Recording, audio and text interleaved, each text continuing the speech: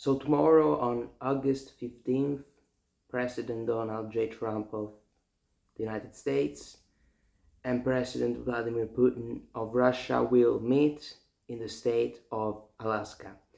This is obviously a very important development regarding the situation concerning Ukraine and concerning national security of many nations and of a whole continent, which is Europe. And this is a huge, huge meeting. It's the first meeting between the United States and Russia, between the presidents of these two countries since 2021, when Joe Biden, then President Joe Biden, met with President Vladimir Putin in Geneva. And it's going to be huge. But if you really want to know the truth, even though Trump is optimistic, but Trump has always been optimistic about Putin and making peace. So far, he's been deadly wrong. Even though a confrontation in person changes everything, it's a totally different game. And I'm talking about human relations as a whole, and this also includes diplomatic meetings at the highest level.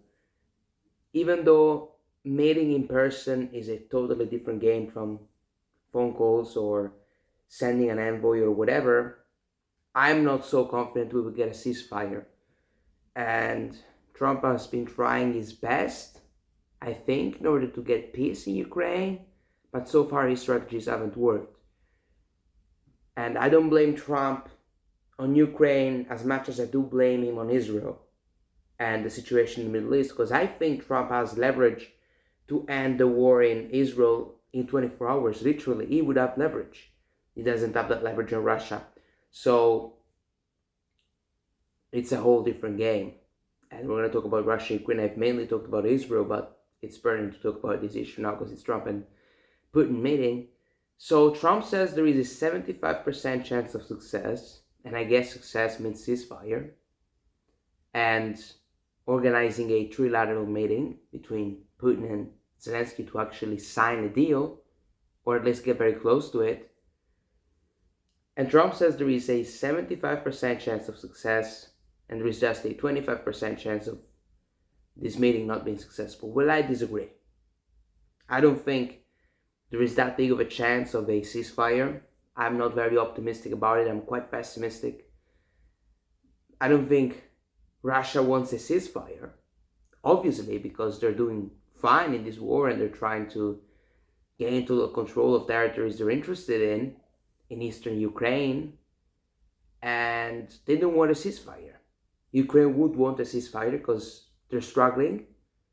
Russia is in the middle of an offensive period of their war against Ukraine. I'm not saying they're engulfing the whole of Ukraine, like some pro-Russia people say, but at the same time, they're making more gains than in a lot of moments. So they're in a good moment, and they always, obviously, don't want to end the momentum. On the other side, Ukrainians obviously want the ceasefire because they're struggling more. They're struggling with shortage of men to fight the war and everything, blah, blah, blah, blah, blah. Russia, on the other hand, is struggling economically. In the long term, the economic effects are not going to be good. They have been under sanctions since the war started. So this is a complex situation. And the big obstacle, the problem for Trump is that there is a side which clearly doesn't want the ceasefire, and that is Russia. And I do agree with that if I were Russia, because they're doing fine. Why would they ever want a ceasefire? It's a good position for them right now. Why would they ever stop the momentum, let Ukraine rearm? Why would they ever do that? The only condition under which the Russians could agree to a ceasefire is if Ukraine completely withdraws from the eastern nations, which is obviously not what Ukraine is willing to do. So I don't think there is much of a chance of a ceasefire. For many reasons. This is one of them. What could Trump do to get to a ceasefire? What levers could he pull to get to a ceasefire?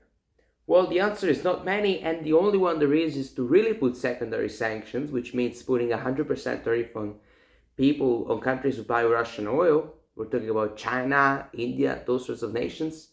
But that's going to hurt the US economy and destroy him in the midterms. So is it really worth it to do such a thing? And would it work? I mean, it could really get Russia's economy in shambles, but it's also going to hurt the American economy because there's going to be shortage of oil. Oil prices will go up. It's going to hurt the Trump administration from a political standpoint. They're going to lose a lot of power, and they're going to lose the midterms. They're going to be obliterated. So they can't do that. They cannot do that. So while they're trying to put pressure on India to stop buying Russian oil and buy oil from the United States, really, other than that, they're not going to do it with China because they're trying to reach a deal. And Trump has just extended the pause on tariffs on China for China. So I really don't see how Trump can pull this off. And Trump has surprised us many times because he's a very bombastic person and he's effectively crazy. However, I don't think he's going to pull this one off, which is a shame. And another thing which Trump could try to do is offer economic cooperation and relief when it comes to sanctions to Putin in exchange of a ceasefire.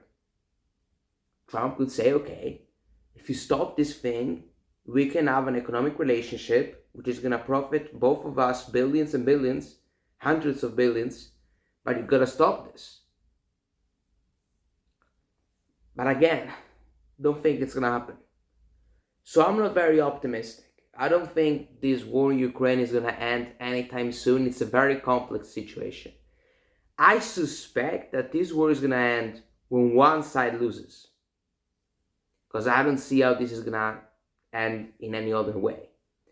I think there's going to be a peace deal when one side realizes that they can't keep this thing and they better wrap it up, even though it's going to be a problem, and even though they're going to lose the war effectively, and they're going to say, we're going to wrap this one up, I'm out, I will surrender. Basically. How long that's going to take, I don't know, because I have not been following the Ukraine war. I'm going to be honest. I've got zero to little knowledge about the Ukraine war. So I'm speculating. I know some things about the Ukraine war, very little things. There's a friend of mine, dear friend of mine, great guy, who knows way more than I do. And he's not even the biggest expert. Not even close, in fact. But I do feel that this war is going to end when one side surrenders. Who's going to be? So Ukraine is obviously a weaker military, and Russia's got nukes, which is a deterrent, and they're not fighting with nukes, obviously, and Ukraine doesn't have nukes, so this is a disadvantage. But when it comes to the battlefield, no one's using nukes, but it's a deterrent. Russia's going to be like to Ukraine, okay, you can't do this. You can't go into the middle of Moscow and bomb the I'm not going to curse, I'm not going to swear. You can't go into St. Petersburg and bomb the city center and do those sorts of things because we're going to nuke you. And it's a deterrent. So when it comes to military, Russia is obviously stronger. When it comes to other stuff, when it comes to how many men they've got, Russia's got more people. And that's an advantage, obviously. So I would say Russia is in a favorable position. Very favorable. However, it is also true that most people, or at least most news outlets, did not expect Ukraine to last this long. I myself, as a very young person, I thought Russia was just going to take over. That was my very, very amateurish and ignorant thought, because I had no clue. I wasn't into politics in 2022. I wasn't into politics until last year. So they've changed their strategy and they have rebuilt their economy. Like 20% of the economy, 20% of the GDP is being spent into military. And their interest rates are so high and everything. And yes, they're selling oil. but their economy is not doing so well, undoubtedly. It's obviously not a thriving and prosperous economy. This is undoubtable. So, what the Ukrainians hope to achieve through pressure from the Western world and NATO, really strong pressure, is to basically bankrupt Russia and make them withdraw for that reason, because they can't keep it up. That's the hope of the Ukrainians, I guess, that Russia simply doesn't have the money to do this, doesn't have enough economic resources, and they have to withdraw themselves. Because Ukraine clearly doesn't have the military force to take back the territory that Russia is occupying. So that's the situation right now, I think, more or less. This is a very amateurish and broad and generic analysis, because I am not an expert. When it comes to the role the United States plays, Trump is being careful here, because he can't let Ukraine by itself. He can't let Russia win so much. He's got to find balance. So Trump is in a very delicate position. So I don't blame Trump a lot in this situation, if I'm being honest with you. Like, my criticism of Trump when it comes to foreign policy is in the Middle East. That's where he's failing badly. When it comes to Russia and Ukraine, there isn't really much you can do. Because let's just analyze this, because this is an important situation. So Trump is still funding Ukraine. It's not straightforward. It's not the United States giving them weapon, but it's the United States selling weapon to Ukraine, to European allies such as Germany, who's bought like $500 million worth of it and giving it to Ukraine. So America is still funding Ukraine. They stopped it for quite a few weeks because Trump and Zelensky argued in the White House and they shouted at each other, and there was also JD Vance in the middle of the brawl, and they stopped every cooperation, even intelligence, I understand. But now it has changed. And basically they're doing the same thing Biden was, more or less. It's less brazen, because Trump doesn't want to piss off his base. He wants to make it look like Europe is paying and defending Ukraine. So Trump's not giving Ukraine money. That's what he's doing, and he's, I think, doing a good job at making it look like as such. The problem is that Trump cannot leave Ukraine by itself, because that would be a big problem, a big mistake, I think. At the same time, he can't escalate further.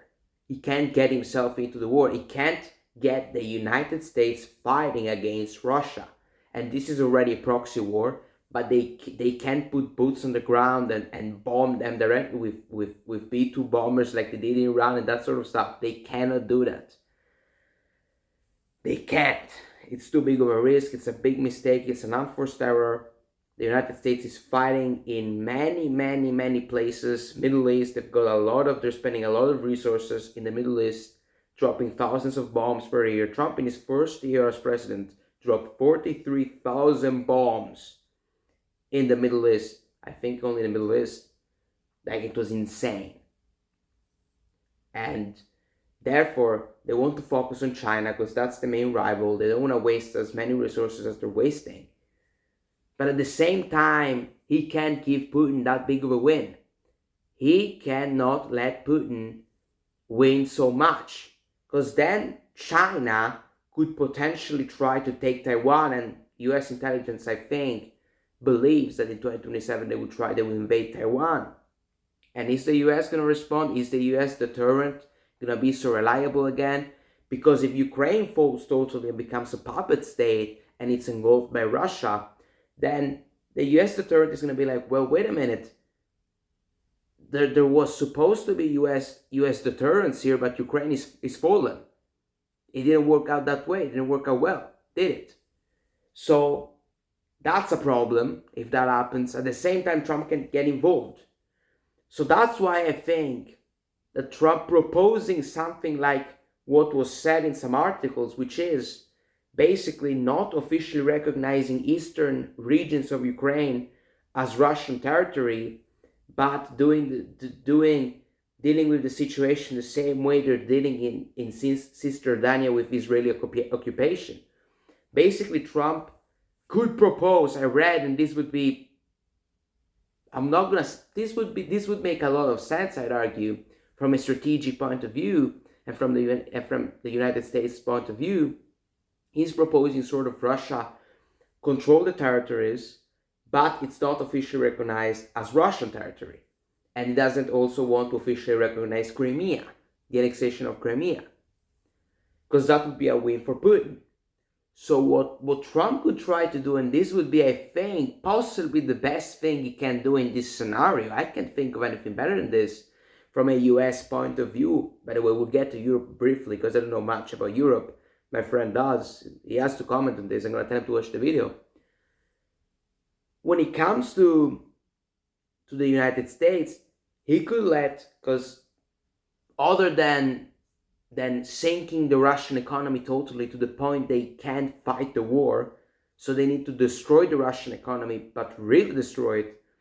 Other than that, there's no other way of having Putin withdraw troops from those territories. So those territories are going to be permanently occupied unless either the United States takes them back with force themselves, which they're not going to do, or if Putin collapses economically speaking, which is very hard, and it's going to happen perhaps in a few years, and there needs to be a lot of economic pressure by all NATO, and it's going to be like triple the amount of pressure it is now. So both are quite unlikely.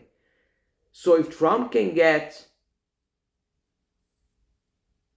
to be in a position in eastern Ukraine where Russia is occupying the territory, but it's not recognized officially by any Western countries and any Western associations, and also the annexation of Crimea is not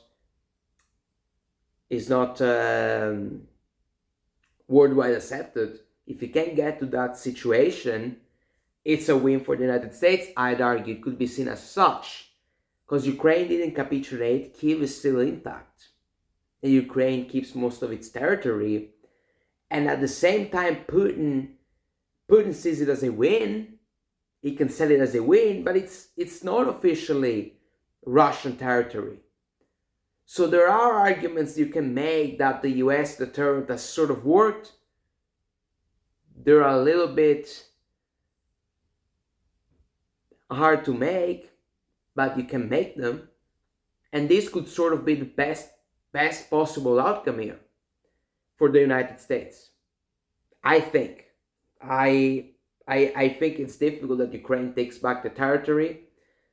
Very hard, very improbable. I don't think it's going to happen. So from a US point of view, this could potentially be the best outcome. When it comes to Europe, so Europe is in a very bad position, because Europe is basically being engulfed by foreign powers. And Europe is not a power, or at least Europe is not united. Europe is not strong. It doesn't have a clear policy on anything. Anything. Honestly, if you ask most Europeans, and I'm a European, what's the policy of Europe, the European Union, when it comes to Gaza and Israel? Well, I don't know. Frankly, I don't know. And I'm into politics, let alone someone who's not into politics. Americans know what policy they have on Israel and Palestine. Basically, it's whatever Israel wants.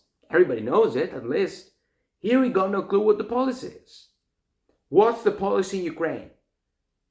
Keep giving them $2 billion per year or per 4 months and let them sort of get by but still lose against Russia and keep this thing until the very end with no plan, no solution, no nothing. There's no strategy. I'm not saying let Russia destroy Ukraine. I'm just saying, do we have any clue what we're doing here? So what's the best thing the European Union can do? Is it possible for the European Union to give so many weapons to Ukraine to the point they actually win back territory? Well, that's a hard one. This is something we should have been done years ago. The beginning of the war, to scare Putin. So that's very hard.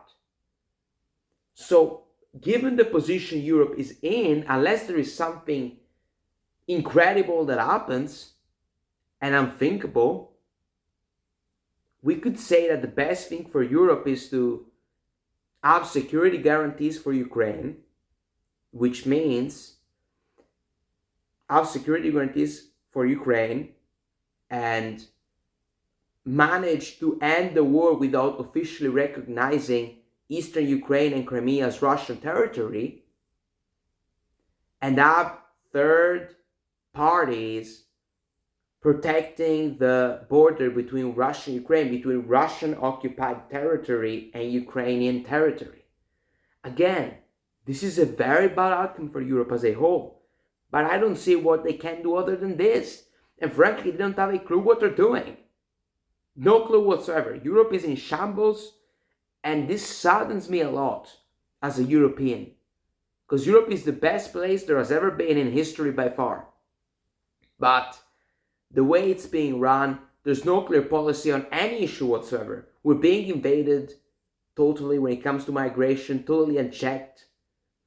I just spent 5 days in Poland. It was an ethnic paradise. And because everything was so clean, everything was so fine, there was unity.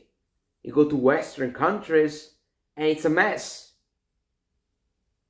So Europe is in a bad position. They've got no clue what they want to do. They're just waiting. And who they can rely on? The United States. The United States is looking for their interests. They want to wrap up the war, even though Ukraine loses some territory. Europe doesn't want this. But what can Europe do other than this? They clearly got no clue. China is an adversary. Russia is the biggest adversary. Who can we rely on? We either step up to the plate and get to the table of the big boys, or we're gonna be run by either the United States or China or Russia. So that's my position on the Russia-Ukraine war. I don't know as much as I do know about Israel and the Middle East as a whole. I am way more versed on that. However, this is my position more or less. I don't know if you agree with me, but I'm trying to be realistic. I don't think there is that big of a chance that Ukraine gets back territory. So I'm saying the best possible outcome concerning the scenario we're looking at the moment. So let me know your thoughts. I'm very interested. Take care, guys. Thank you very much, and see you soon. Bye-bye.